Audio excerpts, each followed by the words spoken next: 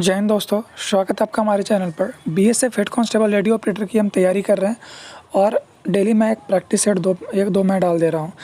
आज का ये जो 10 क्वेश्चन है ये पूरे आपके दिमाग का नट बोल्ट खोल के रख देगा, क्योंकि प्योर न्यूमेरिकल का ये मैंने 10 क्वेश्चन लिया है। तो आज सिर्फ मैं न्यूमेरिकल कराऊंगा, इसमें कोई भी थ्योरेटिकल क्वेश्चन नहीं है। अगर थ्योरी वाला क्वेश्चन मैं एक दो डाला हूँ, लेकिन उसमें भी कॉन्सेप्ट है न्यूमेरिकल, उसमें उसका यूज़ होगा। तो पेन पेपर लेके बैठिए, सॉल्व करने का प्रयास करिए। पेपर लैंग्वेज इंग्लिश है, लेकिन हिंदी में भी मैं बताऊंगा। इसका हिंदी वर्जन भी आपको प्रोवाइड करा दिया जाएगा। टेलीग्राम चैनल पर ज्वाइन कर लीजिएगा। पहला सवाल है कि if the momentum of a body is increased by 10% then what is the percentage change in kinetic energy. बहुत ज़बरदस्त सवाल है, आने की भी प्रबल संभावना है, क्योंकि जब ऐसा रिलेशन आता है तो पकड़ना बहुत मुश्किल हो जाता है। सवाल ये है यहाँ पे कि अगर मोमेंटम अगर आपका 10% इंक्रीज़ कर जाए तो काइनेटिक एनर्जी में क्या चेंजेस आएगा, कितना परसेंट इंक्रीज़ करेगा। तो एक रिलेशन आप याद रख लीजिएगा, P²/2m is equal to kinetic energy. तो अगर मैं ये मान के चलूँ कि P का वैल्यू शुरू में 100 होगा, अब बस आपको ध्यान से सुनते जाना है। तो यहाँ पे अगर और यहाँ पे मान लीजिए रहा कि बॉडी का वेट 1 किलोग्राम है, तो ये आप खुद से सोच लो। या मान लीजिए रहा कि अभी क्योंकि वेट इसमें ऐसे सवाल में मास के ऊपर अभी यहाँ पे हमें कंसंट्रेट नहीं करना होता है। हमें ये देखना है कि मैं ऐसा कौन सा वैल्यू ले लूँ मास का जिससे ज़्यादा मुझे कैलकुलेशन करना ना पड़े। तो मैं इसको एक काम करता हूँ, मैं इसको एक बनाने का प्रयास करता हूँ। यानी मास मैंने ले लिया 1/2 kg। अपने मन से आप कुछ भी मान लो चलेगा। और उसके बाद जब ये हो गया यहाँ पे 1 kg, तो मैं अभी यहाँ पे इसको क्या कर रहा हूँ, मैं अभी इसको यहाँ से हटा दे रहा हूँ अभी। ठीक है, बस अब यहाँ पे क्या करना है, P का वैल्यू आप कुछ मान लीजिए। मैंने P का वैल्यू मान लीजिए, मैंने 100 मान लिया। तो P का स्क्वायर का मतलब हो गया 10,000। ठीक है, P का वैल्यू कितना हो गया आपका, ये 10,000 हो गया। उसके हिसाब से अब अगर ये 10% अगर हमारा इंक्रीज़ करता है यहाँ पे, तो अगला बार में हमारा P कितना हो जाएगा। तो आप खुद से सोचो, अब पहले 100 था, अब 110 हो जाएगा। यानी कितना हो जाएगा, 121 पर 2 जीरो। जब आप इसका परसेंटेज यहाँ पे निकालेंगे यहाँ घटा करके, तो आपका यहाँ पे आएगा 21%। ठीक है, अगर कोई दिक्कत है तो आप परसेंटेज चैप्टर को पढ़ लीजिए, क्योंकि आपको इतना तो नॉलेज होना ही चाहिए। दूसरा बात है कि when a bubble of soap ionised, जब किसी साबुन के बुलबुले को अगर आयोनाइज किया जाए, उसमें चार्ज दिया जाए, तो उसके रेडियस पे क्या इफेक्ट पड़ेगा। साइज इंक्रीज होगा, डिक्रीज होगा, कांस्टेंट रहेगा, क्या होगा। तो देखिए, कोई भी बॉडी जिसको चार्ज, जैसे मान लीजिए कि ये एक बबल गम, ये ठीक है एक बबल है। ठीक है, अब होता क्या है ना कि जैसे ही इस पर अब इसको आयनाइज किया जाए, तो बाहर में भी कुछ चार्ज आएगा, कुछ पॉजिटिव नेगेटिव आएगा। ठीक है, तो होता क्या है ना कि जब इस पर चार्ज आ जाता है तो इसके रेडियस इंक्रीज कर जाता है। इंक्रीज करने का रीज़न है कि इंटरनल प्रेशर यहाँ पे इंक्रीज कर जाता है, जिसकी वजह से बाहर की ओर एक्सटर्नल फोर्स लगाना शुरू करता है। और इस वजह से, क्योंकि यहाँ पे बाहर में प्लस अंदर में माइनस, बाहर प्लस अंदर माइनस, ये अंदर एक रेजिस्टिंग फोर्स अंदर काम करता है और बाहर की ओर एक्सटर्नल फोर्स काम करता है। इस वजह से रेडियस इसका इंक्रीज कर जाता है। तो आई होप कि समझ पा रहे होंगे, क्योंकि देखिए अगर आप हमसे अभी तक चैप्टर वाइज नहीं पढ़े हो, तो अगर मैं जो भी आप बताऊंगा तो हो सकता है वो आपको अभी समझ में ना आए। लेकिन अगर आप एक बार चैप्टर हमसे पढ़ लेते हैं, मैंने ये नहीं कह रहा कि यहीं पढ़ना है, लेकिन अगर अपलोड करता हूँ वीडियो, तो आई थिंक ये सब सारे क्वेश्चन आपको आराम से क्लियर हो जाएंगे। और ये पेपर जो है आपका CDS में आया हुआ है ये क्वेश्चन। इसके बाद a good conductor carry current always possesses, एक अच्छा कंडक्टर जो अपने साथ में करंट रखता है, उस पर कौन सा चार्ज होता है। ध्यान से सुनिएगा क्वेश्चन का लैंग्वेज। एक गुड कंडक्टर है, मान लीजिए रहा है कि आपको पता है कि सिल्वर का जो वायर होता है वो बहुत बढ़िया कंडक्टर होता है, सबसे बेस्ट वही है। उसके बाद कॉपर आता है। तो अगर आप मान लीजिए रहा है कि कोई भी यूज कर रहे हैं, तो उसमें जो करंट फ्लो कर रहा है, तो उस वायर में कौन सा चार्ज फ्लो करते रहता है। तो एक गुड कंडक्टर के अंदर जब करंट फ्लो करता है, तो ये मान के चला जाता है कि जितना इलेक्ट्रॉन उतना ही प्रोटॉन, यानी कि केस न्यूट्रल का बन जाता है वहाँ पे। और ये भी क्वेश्चन आपका पूछा गया है एग्जाम में, तो इसको बढ़िया से करके रखिए। ऐसे सवाल बहुत कम जगह आपको देखने को मिलेंगे। Colour of light depend upon, light का जो कलर है वो किस चीज़ पर डिपेंड करता है। वेवलेंथ पर, फ्रीक्वेंसी पर, एम्पलीट्यूड पे, रिफ्रैक्टिव इंडेक्स पे। तो इसका राइट आंसर है आपका वेवलेंथ। वेवलेंथ पे ही डिसाइड होता है कि किस लाइट का कलर कैसा है। ठीक है, याद रखिएगा इसको। वाइट लाइट के लिए जो सनलाइट है उसका 7800 एंगस्ट्रॉम वेवलेंथ होता है। ठीक है, तो याद रखिएगा ये भी। If a load applied on a body is 20 Newton, अब देखिए एक लोड है मान लीजिए किसी बॉडी, ये एक मान लेते हैं बॉडी है, इसको ऐसे मैं बनाता हूँ थोड़ा समझ में आएगा।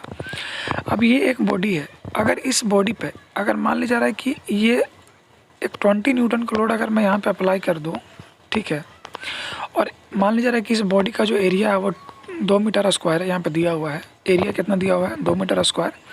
तो आपको निकालना है स्ट्रेस। तो आपको अगर स्ट्रेस का फॉर्मूला पता नहीं है तो आप इसको कैलकुलेट ऐसे भी नहीं कर पाओगे। तो स्ट्रेस का फॉर्मूला होता है लोड अपॉन एरिया।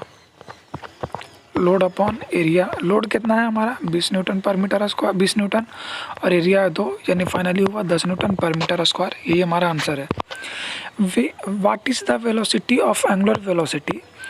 ठीक है, एंगुलर वेलोसिटी क्या होता है, एक किसी एंगुलर डिस्प्लेसमेंट के अराउंड में जब मूवमेंट हो रहा है ना, अगर किसी एंगल के अराउंड में अगर मूवमेंट हो रहा है किसी फिक्स पॉइंट के अबाउट में, जब एंगुलर मोमेंटम यहाँ पर आता है, एंगुलर मूवमेंट आता है, तो angular velocity per unit time कहलाता है। ठीक है, इसका सिंपल सा डेफिनेशन होता है कि angular displacement per unit time, एक सेकंड में या एक यूनिट टाइम में कितना एंगुलर डिस्प्लेसमेंट हुआ है, जिसको हम लोग एंगल थीटा से इंडिकेट करते हैं। तो यहाँ पे क्या है कि what is the value of angular velocity if the velocity of a body is 20 metre per second. Velocity क्या दिया हुआ है यहाँ पे, तो 20 metre per second, and the radius of a body is 2 metre. तो आपने एक रिलेशन पढ़ा होगा v is equal to omega into R. ठीक है, p का स्पीड दिया हुआ है हमारा 20 ओमेगा निकालना है, आर हमारा 2 है, यानी कि हो गया 10 रेडियन पर सेकेंड, क्योंकि एंगुलर वेलोसिटी का जो यूनिट होता है वो रेडियन पर सेकेंड का ही होता है। If the momentum of a body is 10 kilogram, अब यहाँ पे मोमेंटम दिया हुआ है, then the kinetic energy of a 2 kilogram body is, तो बस वही आपको रिलेशन यूज कर देना है दोबारा, p²/2m is equal to kinetic energy. और आप इसका आंसर कमेंट करिएगा डिस्क्रिप्शन में, आप इसको कमेंट करिएगा आंसर, ठीक है, कितना आपका आता है। आसान क्वेश्चन है, हालांकि मोमेंटम अगर 10 किलोग्राम पर सेकंड दिया हुआ है तो p का वैल्यू हो जाएगा आपका 10, तो ऊपर हो जाएगा 100 और नीचे हो जाएगा 2 गुने 2, क्योंकि m का वैल्यू यहाँ पे 2 है, तो 4 हो गया, यानी टोटल 25 जूल। कितना हो गया, 25 जूल हो गया। ओ तो यहाँ पे देखिए एक ऑप्शन छूट गया, ऑप्शन डी मैं यहाँ पे नहीं लिख पाया हूँ, एक डी ऑप्शन यहाँ पे है, ऑप्शन डी यहाँ पे आप नोट कर लीजिएगा अपने आंसर में 25 जूल। ठीक है, सॉरी इसके लिए, क्योंकि ये शायद मैं टाइप नहीं कर पाया, ध्यान से हट गया होगा। विच of the following is a vector quantity. अब देखिए सवाल है वेक्टर क्वांटिटी, यहाँ पे ऑप्शन है स्पीड, डिस्टेंस, टाइम, नोटा। तो वीडियो को पॉज करिए और पहले अपने आप से पूछिए कि वेक्टर क्वांटिटी क्या है और कौन सा इसमें है। तो इसका राइट आंसर है नोटा। अब वेक्टर क्वांटिटी एक ऐसा क्वांटिटी होता है, एक ऐसा फिजिकल क्वांटिटी जिसका मैग्नीट्यूड तो है ही, मैग्नीट्यूड तो है, साथ ही साथ उसका डायरेक्शन भी है। ठीक है, इसको कैसे समझ सकते हैं कि अगर मान लीजिए रहा कि आप, ठीक है, मान लीजिए रहा कि आप हैं और आपने इस बॉडी पे फोर्स लगाया, तो फोर्स अगर इस डायरेक्शन में लगा रहा है तो मूवमेंट भी इस डायरेक्शन में हो रहा है, तो कुछ फोर्स भी लगाया ना, मानते हैं अगर आपने 10 न्यूटन फोर्स लगाया तो डायरेक्शन भी आपको मिल रही है कि इस डायरेक्शन में मूव कर रहा है, तो फोर्स एक वेक्टर क्वांटिटी है, याद रखिएगा। The gravitational acceleration on the polar and is maximum minimum average. तो आप इसको कैसे याद रखेंगे, देखिए इसको फिगर की तरह मैं आपको समझा दूँ और आप इसको ध्यान से समझिएगा। एक होता है इक्वेटर, ठीक है, 0 डिग्री लाइन इक्वेटर, एक होता है tropic of Cancer 23.5 degree north, एक होता है tropic of Capricorn 23.5 degree south. ठीक है, तो मैं यहाँ पे आपको ये समझाने वाला हूँ कि ये नॉर्थ पोल है और ये साउथ पोल है, जिसे मैंने ब्लैक कलर से इंडिकेट किया है। तो जो हमारा ग्रेविटेशनल यानी जी का वैल्यू 9.8 मीटर पर सेकंड स्क्वायर होता है, वो इस पर 0 डिग्री लाइन पे मिनिमम होता है। जैसे जैसे ऊपर बढ़ते हैं या नीचे जाते हैं तो ये घटना शुरू हो जाता है, लेकिन 45 डिग्री लैटिट्यूड तक, ध्यान से मेरी बातों को सुनिए, 5-6 क्वेश्चन इसमें छुपा हुआ है कि जब हम लोग 0 डिग्री लाइन से यानी कि 0 डिग्री लैटिट्यूड से, ठीक है, जिसको इक्वेटर कहा जाता है, उससे ऊपर या नीचे जाते हैं तो हमारा ग्रेविटेशनल एक्सेलरेशन का वैल्यू घटता है, लेकिन कहाँ तक, 45 डिग्री लैटिट्यूड तक, यानी 45 डिग्री अक्षांश तक। पहले तो आप ये याद रख लीजिए। लेकिन उसके बाद जैसे ही हम आगे बढ़ते हैं, इसके बाद हम जैसे ही आगे बढ़ेंगे, जो मैं अभी ग्रीन कलर से आपको दिखा रहा हूँ, तो इसके बाद ये बढ़ते चला जाता है और पोल पर मैक्सिमम हो जाता है। तो अगर 2-3 सवाल स्टेटमेंट के तौर पे पूछेगा तो 0 से ऊपर जाएंगे 45 डिग्री तक घटेगा, उसके बाद जाएंगे तो बढ़ेगा। याद रख लीजिएगा इन सारी चीज़ों को। उसके बाद एक लास्ट क्वेश्चन है कि which of the following is correct where R is radius. देखिए एक स्टेटमेंट मैं यहाँ पर डाला हूँ कि कौन सा इसमें से करेक्ट है। 4 ऑप्शन दिए गए हैं, कौन सा एक सही है बताना है। कि which of the following is correct where R क्या है हमारा, तो आर देखिए अब थोड़ी चीज़ों को यहाँ पे नोट कर लेते हैं। आर हमारा रेडियस है, वी यहाँ पे वेलोसिटी दिया हुआ है और जी हमारा ग्रेविटेशनल एक्सीलरेशन है। तो बताना कि रिलेशन क्या होता है, तो आप सबने पढ़ा होगा एंगल ऑफ बैंकिंग, ठीक है, 11th क्लास में, tan theta is equal to B square by R G, ठीक है, आर इंटू जी। तो हमारा ये राइट आंसर है। अब ये क्या होता है, मैं थोड़ा आपको ये समझा दूं कि एंगल ऑफ बैंकिंग क्या होता है। जैसे मान लीजिए रहा कि ये एक रास्ता है, ठीक है, मैं इसको थोड़ा आपको अच्छे से समझाता हूँ ताकि समझ में भी आ जाए। तो मान लीजिए रहा कि ये एक रास्ता है और ये भी एक रोड है, ठीक है। तो ये जो एक रोड है यहाँ पे मैं अभी बनाया हूँ आपका, तो आप मान लीजिए रहा कि यहाँ से गाड़ी लेकर के आप चलना शुरू करते हैं इस डायरेक्शन में। तो इस डायरेक्शन में जाने के बाद जैसे आप थोड़ा इमेजिन करिए कि आप इस टर्निंग से टर्न लेंगे तो आप थोड़ा झुक जाएंगे। तो कभी ऐसा होता है कि कुछ टर्निंग इतने खतरनाक होते हैं जहाँ पे गाड़ी पलट जाती है, तो वो क्या एंगल होना चाहिए, ठीक है, जिसको सुपर एलिवेशन कहा जाता है या एलिवेशन कहा जाता है या एंगल ऑफ बैंकिंग कहा जाता है, वो कितना होना चाहिए, तो वो हमारा होता है tan theta is equal to B square by R G. तो अब ये डिसाइड करता है कि वो रोड कैसा है, मेजर डिस्ट्रिक्ट रोड है कि माइनर डिस्ट्रिक्ट रोड है, हाईवे है, एक्सप्रेसवे है।